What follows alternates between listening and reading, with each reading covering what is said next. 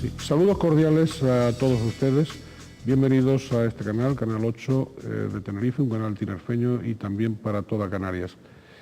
Y bienvenidos al programa de Directo al Objetivo, un programa en el que, como ustedes saben, entrevistamos a una de las personalidades de nuestro archipiélago.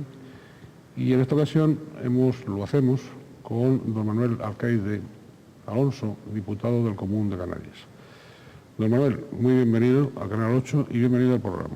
Muy buenas tardes y muy agradecido por vuestra invitación. Bien, don Manuel, le vamos a invitar a que nos hable usted de algunos perfiles de su vida, de su fértil actividad profesional de magistrado, de juez y de magistrado, y de su más reciente quehacer institucional como diputado del Común de Canarias, ¿no?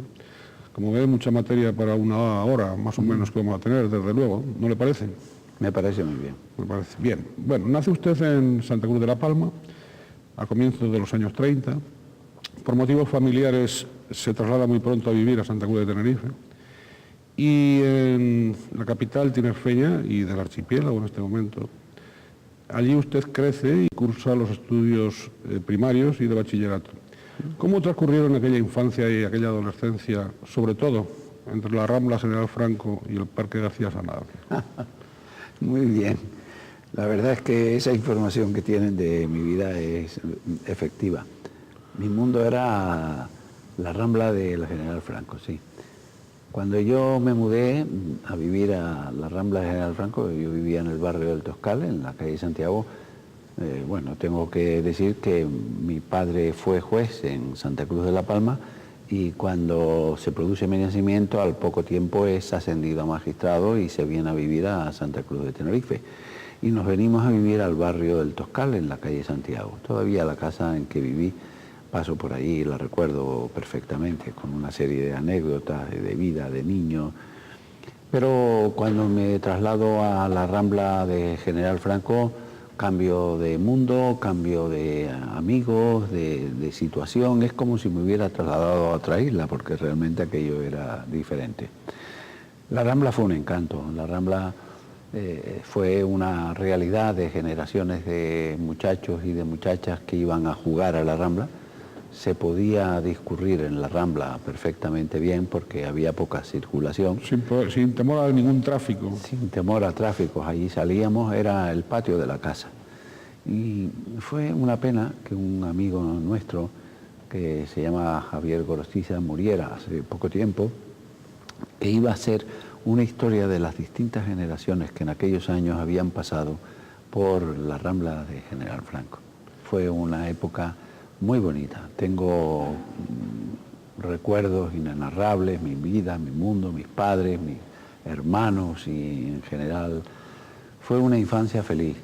A pesar de que estuve en algún colegio de correctivos que influyeron en mí de una manera importante, pero que transcurrió, pasó y sobreviví. Sobrevivió a determinadas disciplinas. Sí, señor, sí, sí, efectivamente. Bueno, fueron años muy bonitos. Recuerdo el movimiento nacional, recuerdo el 18 de julio. A mi lado, al lado de mi casa, vivían Los Cuadrados, que fue el primer caído que ocurrió en el 18 de julio en Santa Cruz de Tenerife. Su hermana Pilar y todos los demás vivían en los pisos y por tanto fue una vivencia intensa, importante, sí. Y yo tengo otra vivencia que tengo que recordar por lo de la carrera judicial, que es que el presidente de la audiencia provincial, que en aquella época y en la época después que mi padre fue también presidente de la audiencia provincial, sustituían a los gobernadores civiles. Don José Ramón fue asesinado. Y recuerdo una mañana antes del 18 de julio del año 36 que la Policía Nacional, compareció en mi casa para avisar a mi padre como tal magistrado a las 6 de la mañana y recuerdo las expresiones de sentimiento de mi madre y de mi padre. Yo dormía en la habitación de mis padres, o sea que era un infante absoluto. La tragedia de don José Ramón Fernández. A partir de aquel momento, yo recuerdo, don José Ramón Fernández era un hombre muy cariñoso y habíamos tenido contactos familiares. En la época el presidente, los magistrados convivían de alguna manera. Recuerdo la tragedia y ya se alborzaba algo de lo que iba a ocurrir. El 18 de julio las fuerzas militares en la calle, recuerdo en la estatua aquella que hay en la Rambla de General Franco, los dispositivos de las ametralladoras y los soldados, y el mundo de los niños, claro, que hasta los chuscos de los soldados nos resultaron perfectamente magníficos. Era como un plato exquisito. Bueno, todo esto es un mundo infantil, un mundo...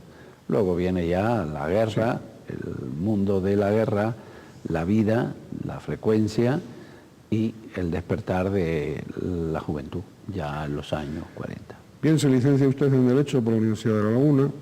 Sí, primero estudió en el Instituto de Ireneo González, con gente y profesores magníficos, don Agustín Cabrera, don Basilio Francés, bueno, Alfonso de Sola, Gonzalo Cáceres, muchísima gente. No, Gonzalo no, Luis Cáceres Crosa, claro, que me dio clase de literatura. Y en esa plaza en donde estudiábamos, en un principio estudiamos con las chicas y con los chicos, luego nos dejan, viene ya la separación. ¿Luego nos separan? Luego nos separan, desgraciadamente, porque era muy agradable lo de las chicas. Claro, claro. Y al final, pues sí, la reválida y la Universidad de Derecho. Sí, digo, se licencia en Derecho por la Universidad de La Laguna. Eso también le traerá vivencias y recuerdos universitarios. La universidad, sí, muy agradable. Fue una universidad muy directa.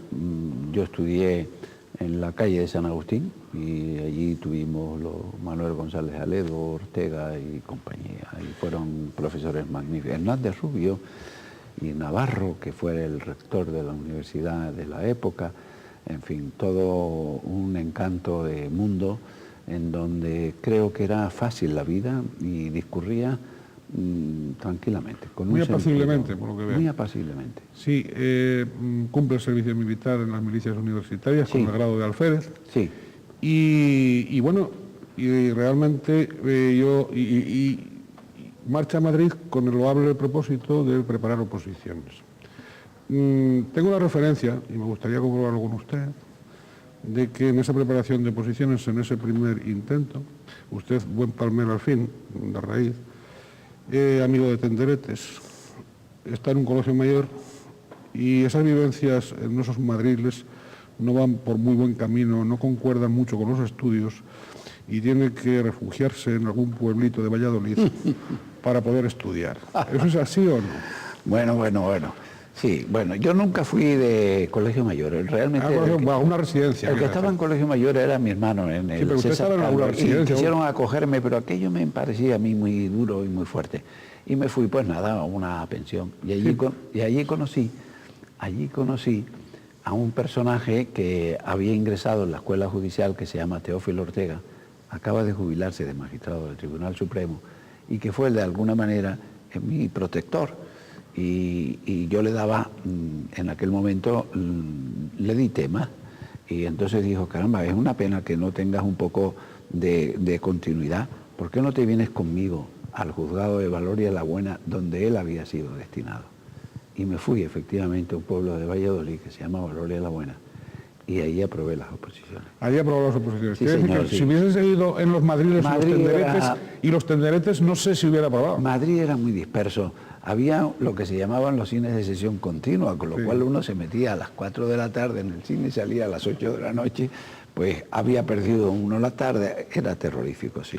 Bueno, un guatequillo que otro también, supongo. Bueno, me imagino, sí, era la época de los guateques, sí. En 1958 ingresa en la escuela, en la escuela judicial.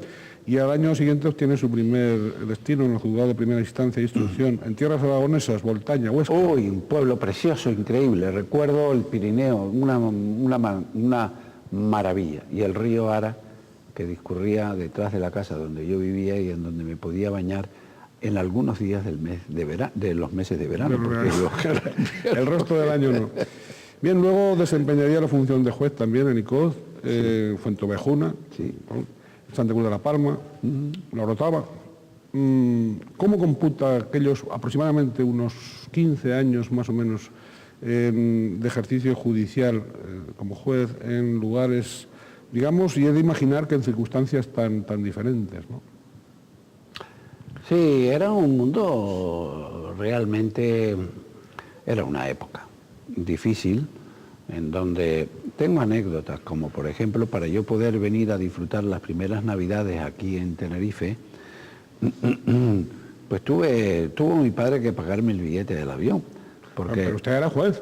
Pero las 4.500 pesetas que yo ganaba al mes, el billete, no se olvide que costaba 3.500 pesetas ida y vuelta. Yo estaba en Voltaña y tenía que ir de Voltaña a Madrid, de Madrid a Voltaña, pero de Madrid a aquí a ver quién me subvencionaba el tema. Claro. Y fueron tan generosos en mi casa que me subvencionaron el billete. Pero el mundo económico del juez de la época era muy difícil. No teníamos predicamentos de ningún tipo y, por supuesto, grandes dificultades económicas. ¿Usted quiere decir que no se hizo juez porque los planteamientos de su vida fueran de orden económico o de ambición crematística o para hacerse rico? En absoluto. ¿Por qué quiso hacerse juez?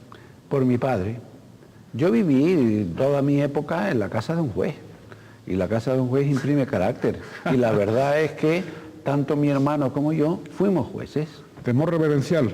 Pues sí, absolutamente. Y mis hermanas no fueron juezas porque en la época no lo permitía. No, sí lo permitía, pero no estaban en la órbita. Estudiaron, evidentemente, porque mi padre, en ese sentido, fue un avanzado de la época en donde dijo que tanto los chicos como las chicas, éramos 4 hermanos, 2 varones y 2 hembras, y que tanto unos como otros teníamos que tener estudios universitarios porque él así lo quería. Y luego hizo el gran esfuerzo de podernos mandar tanto a mi hermano en un principio y a mí después a Madrid para poder completar, porque yo estudiaba aquí también, para poder completar los estudios de la oposición. Bien, ingresa en el cuerpo de magistrado de trabajo en 1973. Sí. Va en principio a la magistratura número 1 de Las Palmas de Gran Canaria. Compatibiliza luego las tareas jurisdiccionales con la docencia en la Escuela de Graduados Sociales de Santa Cruz de Tenerife, donde impartió Derecho Procesal Laboral. Asimismo, en 1985, a partir del 85, sería nombrado profesor asociado del área de Derecho Laboral de la Universidad de La Laguna. Esa conjunción de magistrado y de docente, aparte de enriquecerlo, en fin, desde todos los puntos de vista, es la que le permitió ahondar en las especialidades laborales que usted posee y de la seguridad social. Bueno, vamos a ver. Yo estoy 14 años de juez de primera instancia e instrucción. Realmente a mí lo que más se me daba dentro de este mundo era la instrucción, con lo que con gran facilidad podía concluir, y en ese sentido fui felicitado en la época por el Ministerio de Justicia, más que por el Consejo, porque no existía, en el sentido de adiestramiento de los sumarios y de las diligencias penales que se hacían en el momento.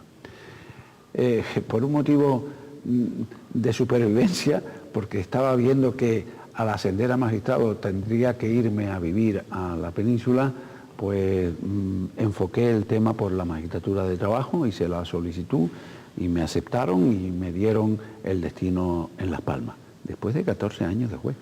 Es que quiero hacer hincapié en esto porque los actuales jueces de primera instancia en instrucción, de entrada, vamos, y de ascenso y de término, que se llamaban en la época, duran ahora 2, 3 años en los juzgados. Nosotros teníamos, cuando íbamos a los juzgados de las capitales ya de categoría de magistrado, una experiencia de 14 o de 15 años.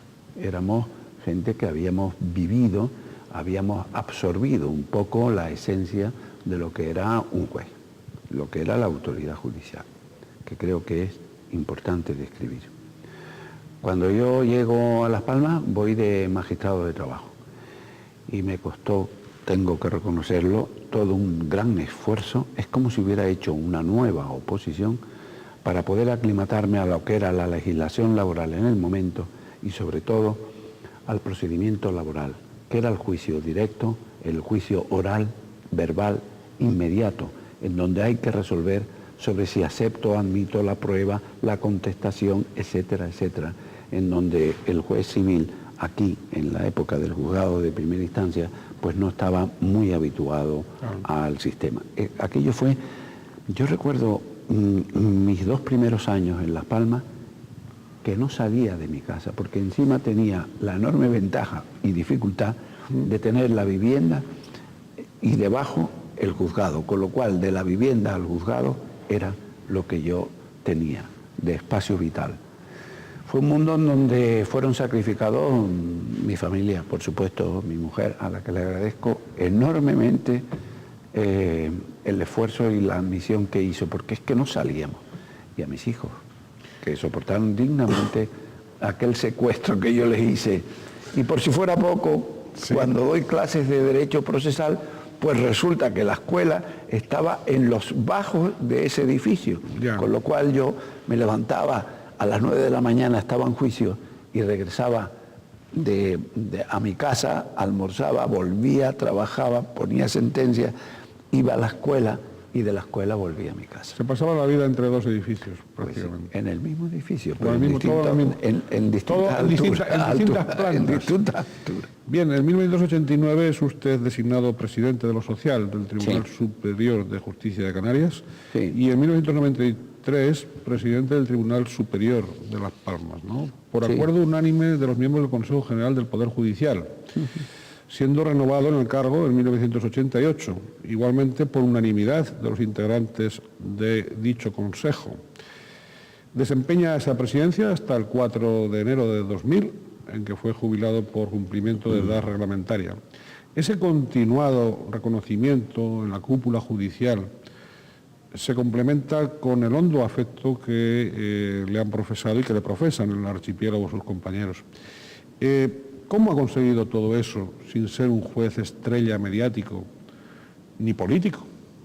No, nunca lo fui. No me interesó nunca la política, yo seguí mi trayectoria de magistrado de trabajo cuando se constituyen los tribunales de lo social. Bueno, los tribunales superiores de justicia se reforman en virtud de la ley orgánica del año 1985, que es la ley que modifica todo esto, y que se produce la realización en el año 1989. Ya se constituyen allí los tribunales superiores y la sala de lo social, lógicamente, es la que me correspondía por antigüedad y, en fin, porque era especialista en lo laboral ya después de tantos años, del año 73 al año 89, en las magistraturas de trabajo.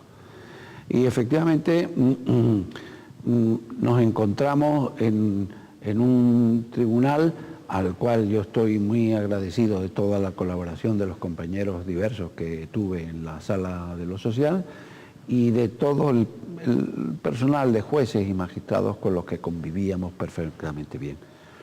De pronto, en el año 93 o 92, yo ya no estoy seguro, pero puede ser que fuera en el año 92, cesa en la presidencia del Tribunal Superior de Justicia de Canarias José Mateo Díaz y se va a Madrid y un buen día pues convocan un concurso que era elegido por el Consejo General del Poder Judicial para el presidente del Tribunal Superior de Justicia y yo, bueno, pues pensé que era un cargo apetecible, bonito, al final era el significado de un final de carrera espléndido, lo hice y fue aceptado. Estaba de presidente del Consejo General Judicial Pascual Sala, estaban de vocales Ignacio Sierra, en fin, una serie de gente que tenían conocimientos directos de mi entidad personal, jurídica, profesional, etcétera, etcétera,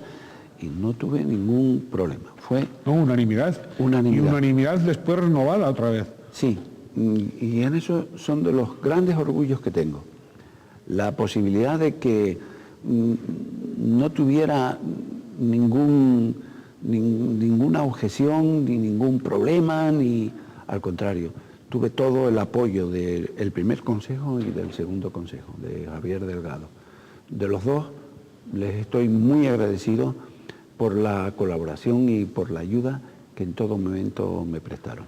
Sí, y le comentaba antes que también eso se complementa con ese afecto de compañerismo, afecto humano, afecto de sus colegas, y no solo de sus colegas magistrados y jueces, sino también del personal de justicia, que siempre habla de usted no solo con respeto y con consideración, sino más allá, con ese afecto sincero, que no siempre se consigue ni se recaba con planteamientos de esa índole que le acabo de decir, políticos o mediáticos, etcétera. No, en absoluto. Yo, tanto a mis compañeros jueces y magistrados como al personal, a los compañeros los he tratado como compañeros, es decir, hemos estado al mismo nivel y a la misma altura.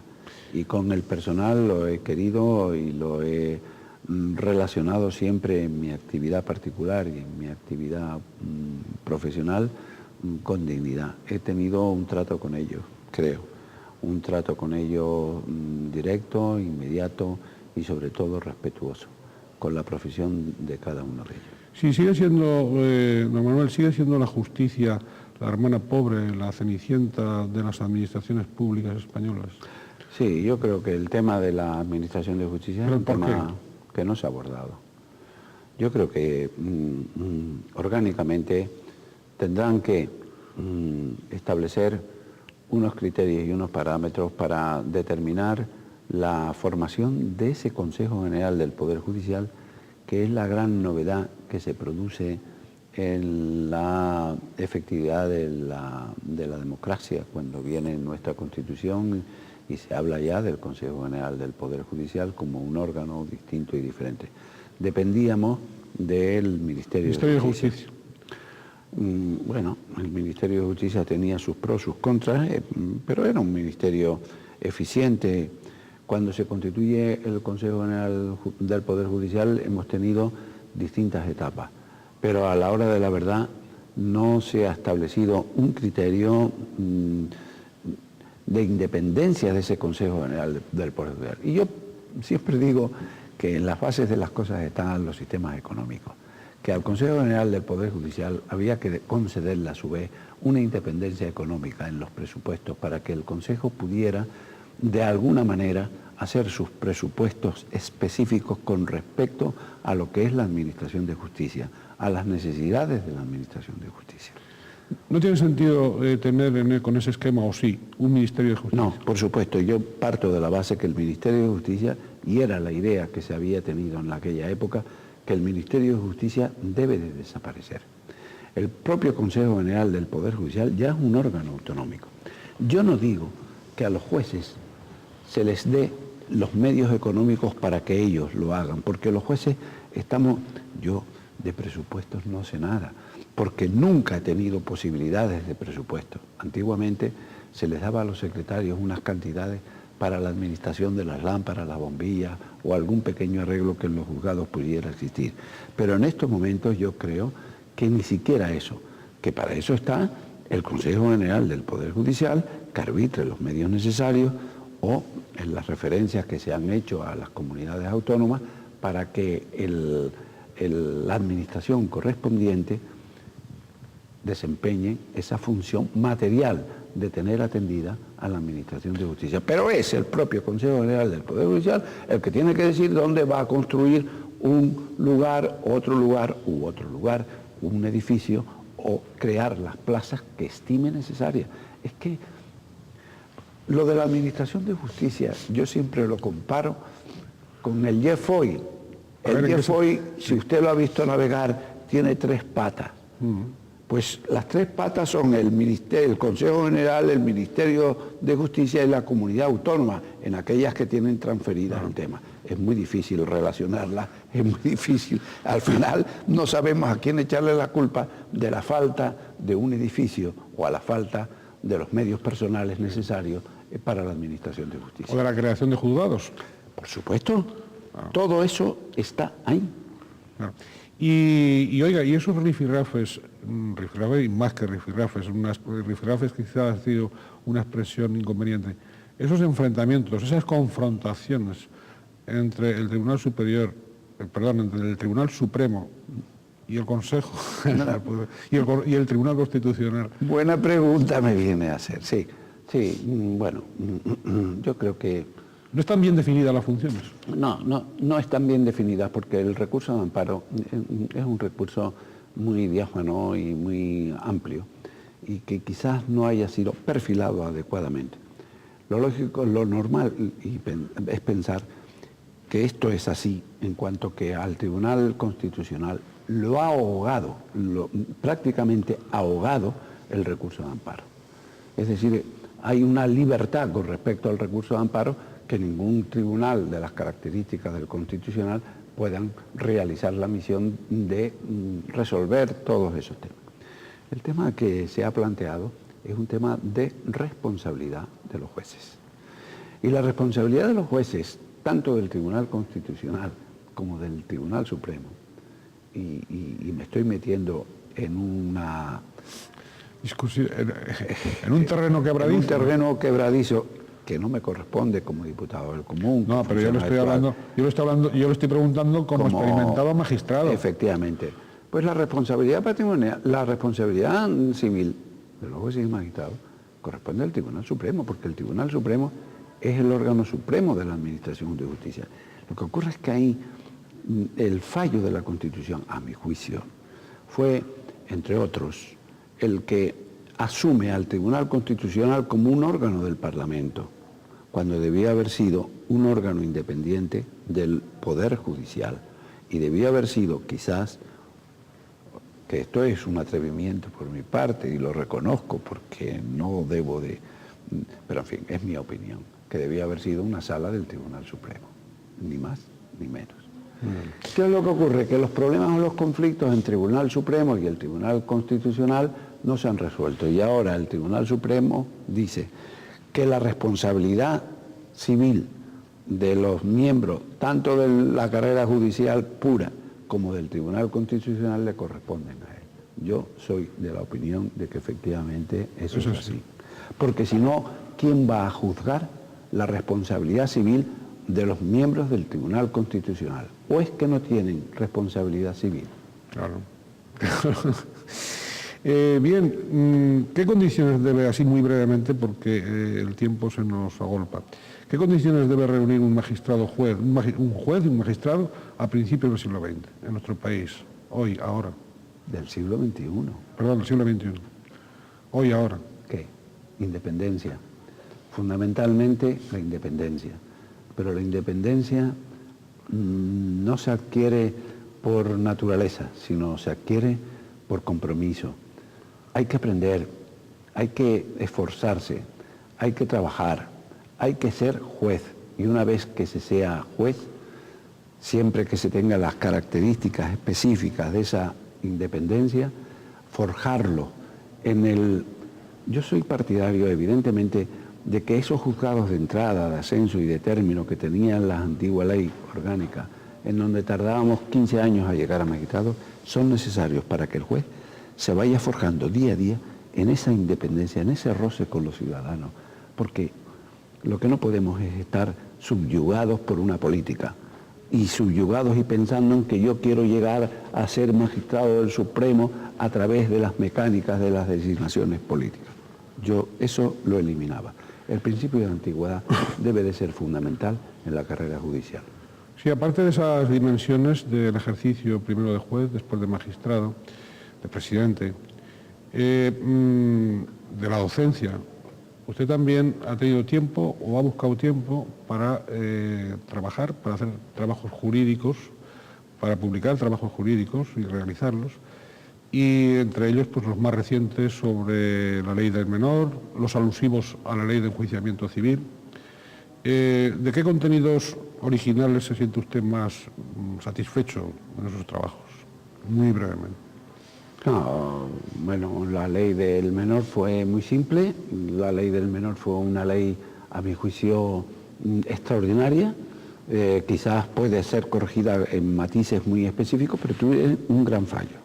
Y es el gran fallo de muchas leyes, que no va acompañada de un presupuesto. Claro. Es decir, la ley debe de llevar un presupuesto y por eso en estos momentos estamos aquí en Canarias soportando la debilidad de la justicia de menores, que no tenemos los centros adecuados para que los chicos de reforma cumplan adecuadamente las medidas que les son impuestas por los jueces de menores.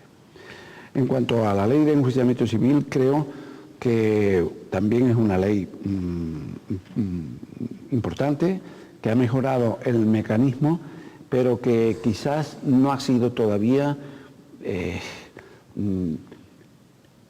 no sé, resumida o aprovechada para abreviar los trámites de los procedimientos civiles. Quedan todavía muchos procedimientos civiles de la época antigua, de la época de la antigua ley, en donde podíamos durar años y años en un procedimiento. Bien, el Parlamento de Canarias, en enero de 2002, lo elige diputado del Común, es decir, y vamos a recordarlo para todos ustedes, muchos de ustedes ya lo saben, pero hay otros que quizá pues no tanto. El diputado del Común pues es el alto comisionado de la Cámara para la defensa de los derechos y libertades constitucionales y supervisor, además, de las actividades de las administraciones públicas canarias en sus relaciones con los ciudadanos, ¿no? Básicamente, por ahí van las cosas. Y entonces, bien, es usted elegido diputado del Común, lo es, está ejerciendo en la actualidad la institución, y yo, si me lo permite, podríamos hacer una especie de repaso de su trabajo, de su quehacer, de su dirección en ese diputado del Común. Bueno, el primer estruendo de la invasión de las pateras, pero también hubo periodistas que no entraron en el linchamiento político al uso, de falso escándalo que se produjo. Y yo creo que se había entendido perfectamente lo que usted denunciaba, pero que no convenía ver la realidad de lo que era evidente y de lo que ha seguido siendo evidente. Cada vez. Pero aquello supongo que recién estrenado el cargo le debió sorprender. Sí, por supuesto me impactó. ¿Le impactó? Sí, tengo que reconocer que me impactó. ¿Se sintió usted medio linchado? Pues sí, y hasta tal punto que pensé que yo era un hombre impuro y que no debía de continuar en el cargo. Y sí, ¿Llegó a pensarse en la dimisión? Sí, por supuesto. Y fui a consultárselo al presidente del Parlamento, a don José Miguel Bravo de Laguna. El que hombre político de experiencia pues me dijo, pero bueno, ¿estás soñando o qué te ocurre? Digo, no, es que como la dimisión la piden y yo realmente, si no me quieren, estoy dispuesto a dimitir. Claro que sí, de ninguna manera. Tú eres un hombre en el que el Parlamento ha aportado toda la confianza, en todas las fuerzas políticas. Ahí no tuve unanimidad, porque me parece que fueron 56 votos a favor y de los 4 que quedaban, 1 en contra o 2 en contra y 3 abstenciones o algo por el estilo. Algo que hubo con el Partido Socialista. Y en el fondo, pues, yo me quedé tranquilo y dije, bueno, entonces ¿tú crees que puedo continuar? Pues sí, claro que puedes continuar. Porque yo en mi interior, yo sabía que yo había dicho la palabra invasión en una rueda de prensa, tengo que aclararlo, que no fue en mi discurso, porque mi discurso nadie le hizo caso a mi discurso. Porque decía cosas serias. Decía cosas serias y entonces allí nada.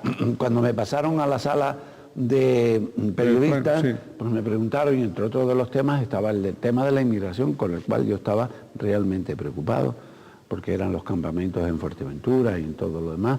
El diputado del Común había hecho con anterioridad a mí un trabajo sobre la inmigración y yo dije que este era un tema que me preocupaba mucho, que realmente estábamos presenciando una invasión. Invasión que a mí, por lo que correspondía a mí, lo que yo tenía que ver era la garantía de los derechos fundamentales de los inmigrantes.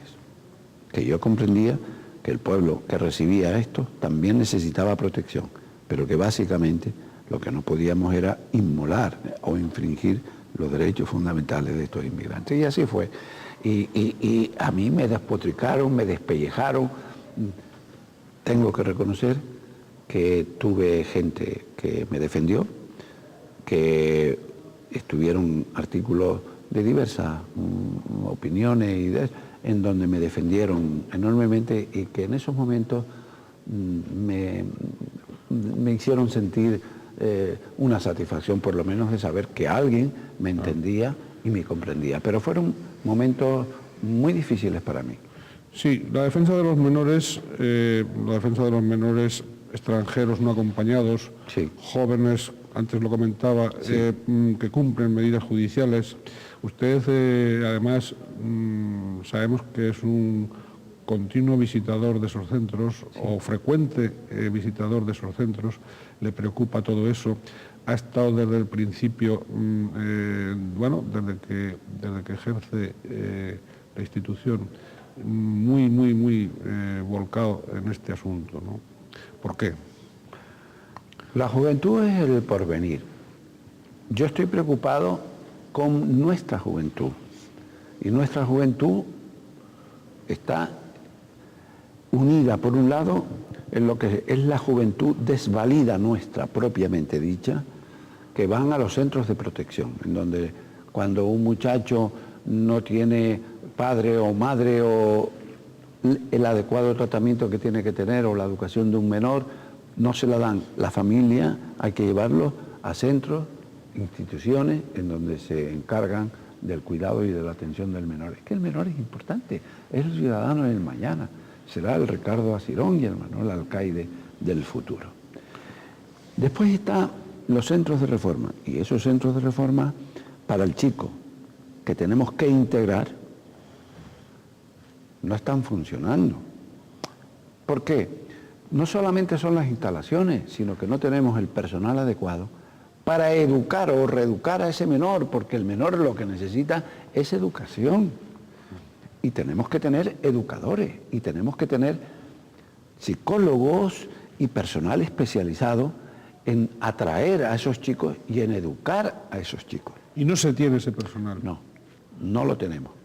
Estamos en manos de las contrataciones que las consejerías hacen en estos momentos con respecto a ONG. Y yo creo que cuando se trata del cumplimiento, no hablo de condenas porque se tratan de menores, pero el cumplimiento de medidas que la ley establece debe de ser controlada por el propio Estado, queramos o no queramos. Y por tanto la consejería debe de adecuar los medios personales. Usted piense o imagine que en una prisión se conceda a una ONG el cuidado, la atención y la reinserción de unos condenados. Es que a mí esto me parece tan lógico y tan nuevo. Y lo venimos platicando yo desde la época que entré, porque lo vi con claridad, desde la época de la consejería anterior. Espero yo que la nueva consejera pueda meditar y pueda tener algún tiempo... ¿Sí continúa? Para poder... sí, continúa. Bien. Y luego, por último, los chicos de los inmigrantes, que los inmigrantes es diferente. Es que el inmigrante es un sujeto que viene aquí, menor de edad, sin conocer el idioma, con una cultura diferente, y en donde, ¿qué hacemos con él?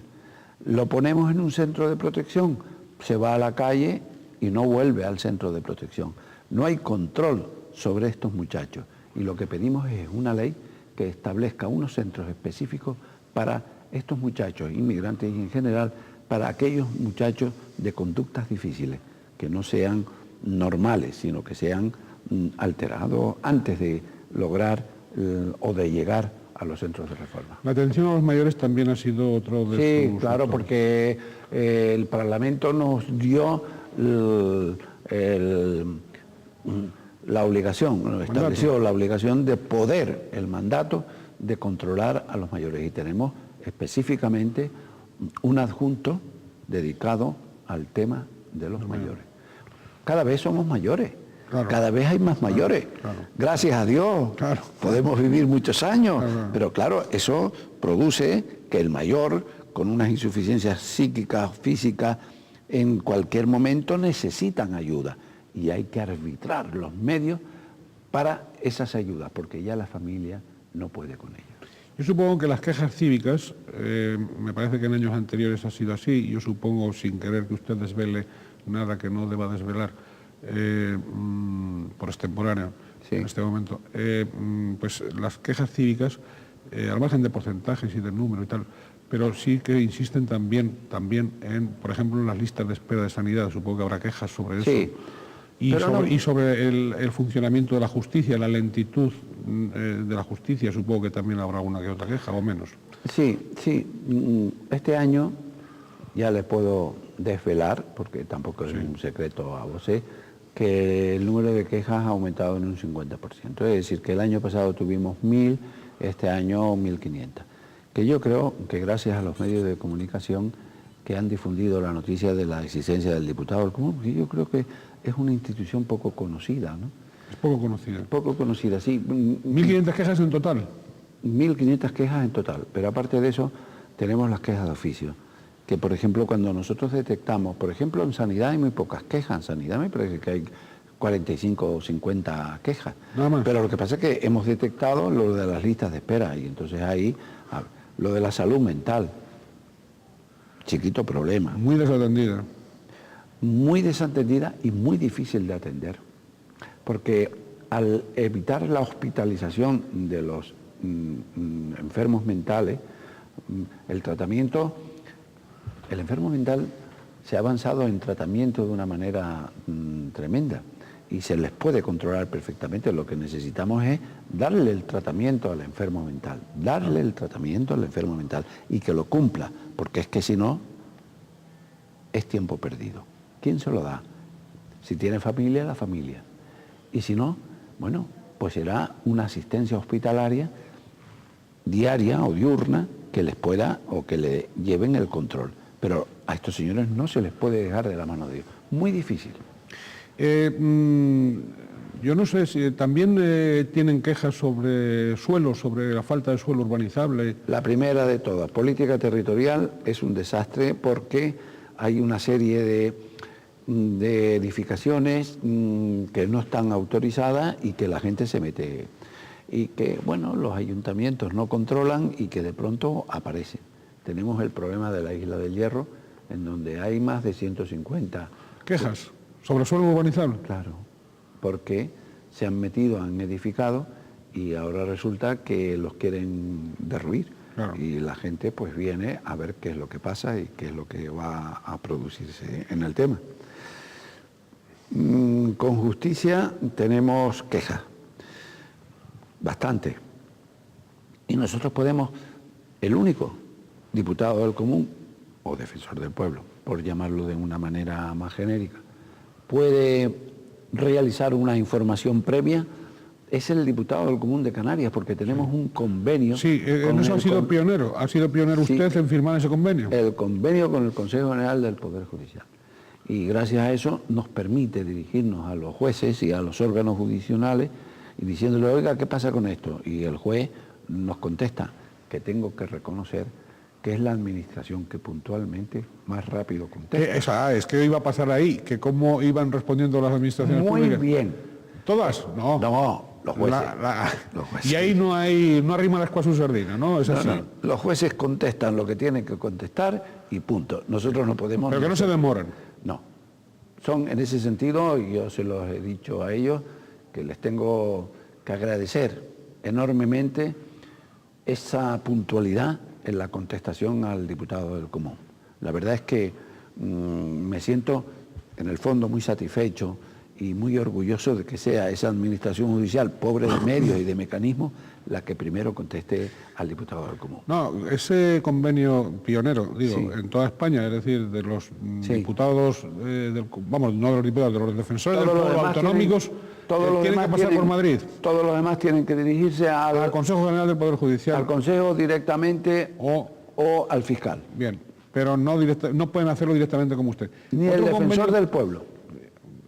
Otro convenio que usted, no, si no ha firmado, me parece que tiene ahí pendiente, creo, es con el ISTAC para hacer el análisis precisamente sobre las quejas y Sí, ¿cómo está sobre ese el convenio? mecanismo de estadística. Sí. Yo espero que pronto podamos resolverlo. Tengo ya proyección de esa materia y nos interesaría muchísimo para divulgación, sobre todo, de la institución. Sí, oiga. Es que es importante divulgar la existencia del diputado del común.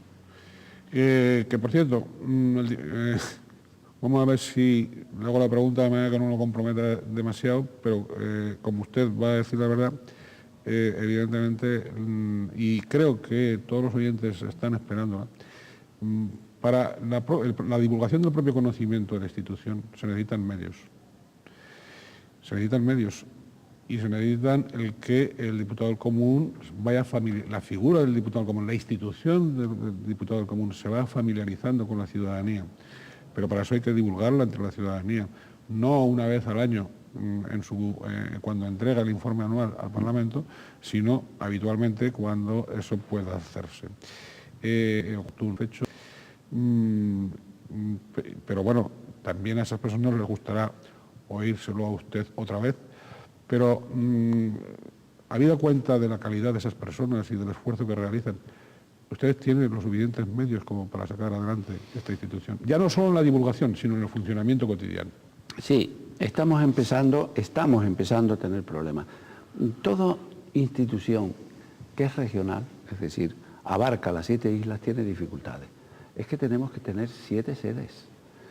Y yo quería reconstruir un poco, porque la idea del diputado del común es muy simple. El diputado es un órgano unipersonal, el diputado del común, que tiene 2 adjuntos que le pueden ayudar, una secretaria general que lleva el control de lo que es el personal administrativo, pero luego tenemos hasta 12 asesores que son los que realmente despachan los informes en cada una de las áreas. Tenemos muchas áreas. Tenemos áreas de política territorial, de urbanismo, de justicia, de mayores, de menores, de sanidad, etcétera, etcétera. Entonces, se necesitan especialistas en cada una de estas formaciones. Al mismo tiempo, si estos asesores están en la isla de Gran Canaria, en la de Tenerife o en la de La Palma, o cada uno en una de las otras islas, cuando yo necesito que el de sanidad resuelva un problema en La Gomera, pues tendrá que trasladarse a La Gomera. Claro. Por tanto, yo decía a ver qué es lo que al Parlamento le podía interesar de la concentración o dispersión de estos asesores. Yo creo que es una institución que tendrá que evolucionar y que, por supuesto, necesitaremos muchos más medios, sobre todo para el gasto de estos traslados que son muy frecuentes y cada vez más necesarios, para imponernos a las administraciones el que estamos vivos y el que nos contesten, porque muchas veces nos hacen caso omiso. Hacen caso omiso a las peticiones, incluso las peticiones... De información, ¿eh? De información, sí. ¿Y hay alguna administración de las administraciones públicas canarias que sea más perezosa aún que las otras? Hemos dicho la que contesta rápido, que es la de justicia. ¿Qué otra? Sí. ¿O qué consejería? Es curioso, hay alguna consejería... O los ayuntamientos. Hemos tenido, por ejemplo, la Consejería de Sanidad, pues no tradicionalmente nos ha contestado muy mal. Sin embargo, hemos tenido contactos con la nueva consejera, con María del Mar Julio, y estamos ya encantados porque están funcionando en las contestaciones y nos ha dicho que ella impone el criterio de contestación inmediata a... Estamos con la Consejería de Asuntos Sociales, que en algunos aspectos, sobre todo en el área de menor, no contestaba. Bueno, hemos tenido contactos con la consejera, con el viceconsejero, y estamos en este momento arbitrando soluciones. Más difíciles son los ayuntamientos, pero no quiero decir que todos los ayuntamientos sean contrarios. Hay secciones de ayuntamientos que son más difíciles que otras. ¿Y en qué isla? Dentro del propio ayuntamiento, es decir, sí, ¿eh? Yo puedo decir, usted me puede decir, bueno, el Ayuntamiento de Las Palmas. Bueno, el Ayuntamiento de Las Palmas me contesta puntualmente en determinados aspectos y en otros no se retrasa más. Y hay que hacerle recordatorios de deberes legales. Y yo lo que quiero es y son de los proyectos que tengo, pues un acuerdo con la FECAN, la Federación de los Ayuntamientos, para que me elijan una persona en cada uno de los ayuntamientos con los que nosotros podamos hablar telefónicamente y no ese... Sí, que hay un interlocutor en cada uno decirle, oye, es que esto está pendiente, que no me has contestado, ¿qué pasa con esto? ¿Y con los cabildos también? También. Oiga, y una cuestión que quería, sin entrar en pleito. ¿En qué isla son más diligentes en las contestaciones? ¿Y qué isla son menos? Digo, por una parte de los ayuntamientos y por otra parte de los cabildos.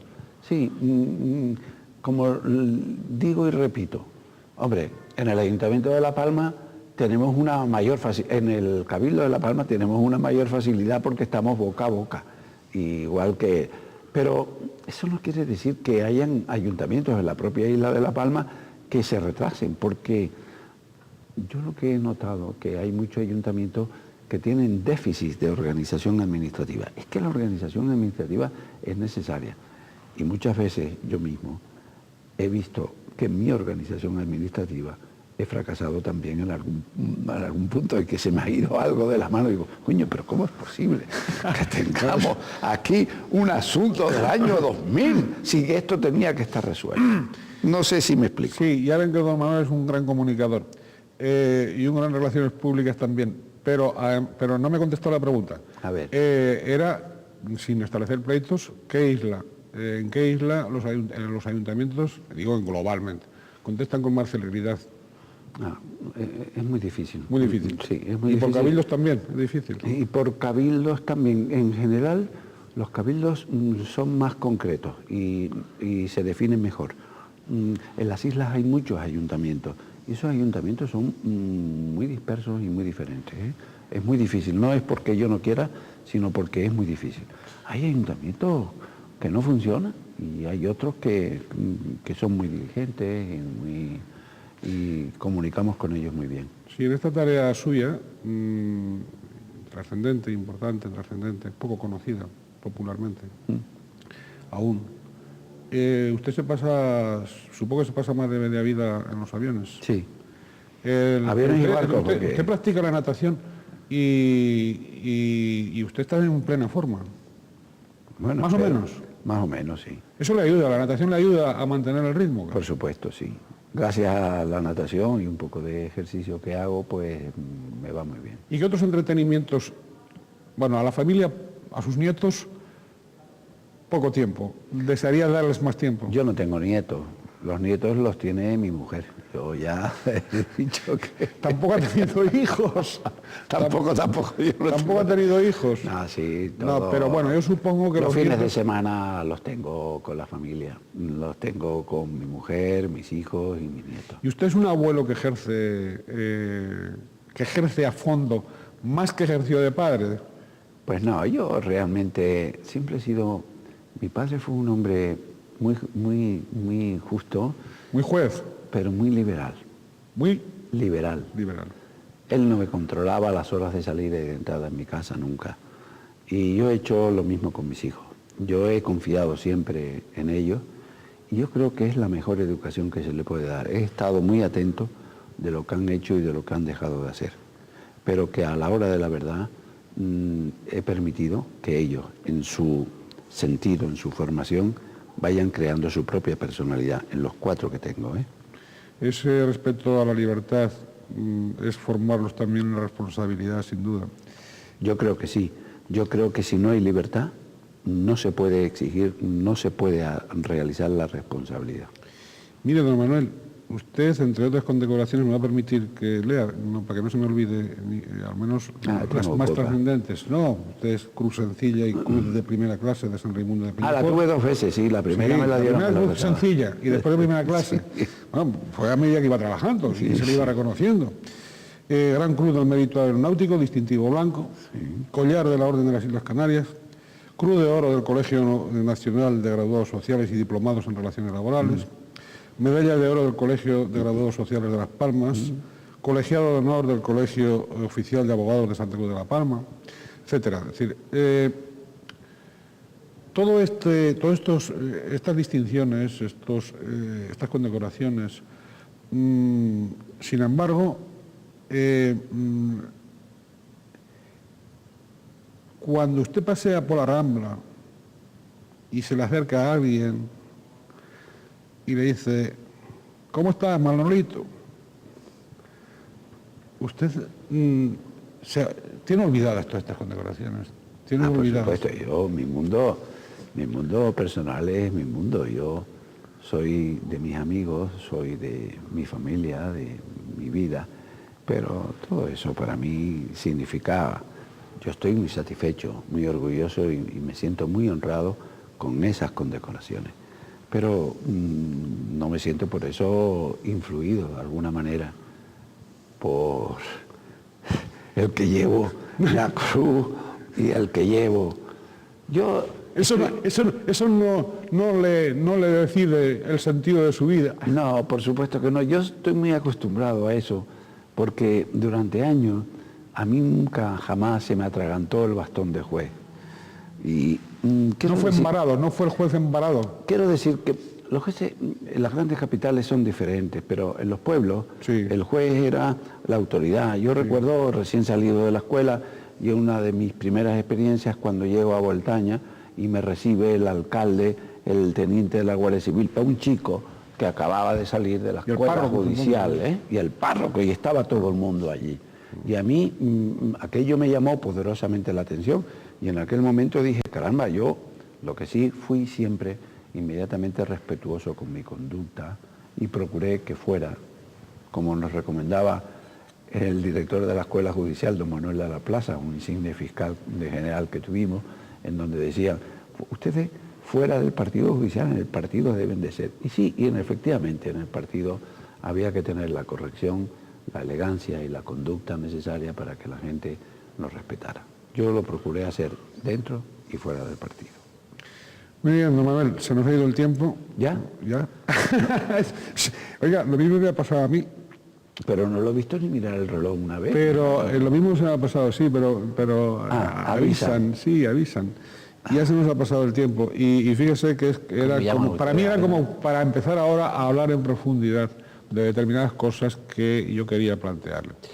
Pero mire usted, yo espero que en el futuro tengamos esa segunda ocasión donde hablemos en profundidad de muchos asuntos en los cuales usted puede enseñarnos, puede orientarnos, puede tal. Usted, y no es ningún halago, porque este aprendiz de periodista no suele halagar nunca, tampoco demoler, pero halagar tampoco. Usted posee autoritas. Y todos ustedes que saben el significado y la profundidad de ese concepto, autoritas, que se va forjando o que no se forja a lo largo de este caminar que tenemos provisional por aquí, es el que me motiva, que me impulsa a hacerle ese ruego de tener una segunda entrevista pasado un tiempito, una segunda entrevista para entrar en otros temas que tengan que ver o no directamente con el diputado del Común, pero en los que su voz de autoritas es muy a tener en cuenta. Yo quiero que me diga que sí a esa segunda entrevista. A un hombre como don Ricardo Asirón yo no puedo negarle nada. Su categoría personal para mí siempre ha estado en lo más alto de todo y el sentimiento de afecto y de cariño lo he tenido siempre hacia su persona. Por tanto, estoy plenamente a su disposición. Bien, muchas gracias, don Manuel. Ha dado pruebas en momentos bien sabidos por él y por mí de eso que acaba de decir, de ese afecto. Don Manuel es amigo de los amigos en los momentos en que los amigos necesitan a los amigos. Él ha sabido ser amigo. Muchas gracias por estar con nosotros y a todos ustedes saludarles hasta un próximo programa. Y como siempre, desearles que sean felices, procuren ser felices, en la medida de lo posible. Cordiales saludos.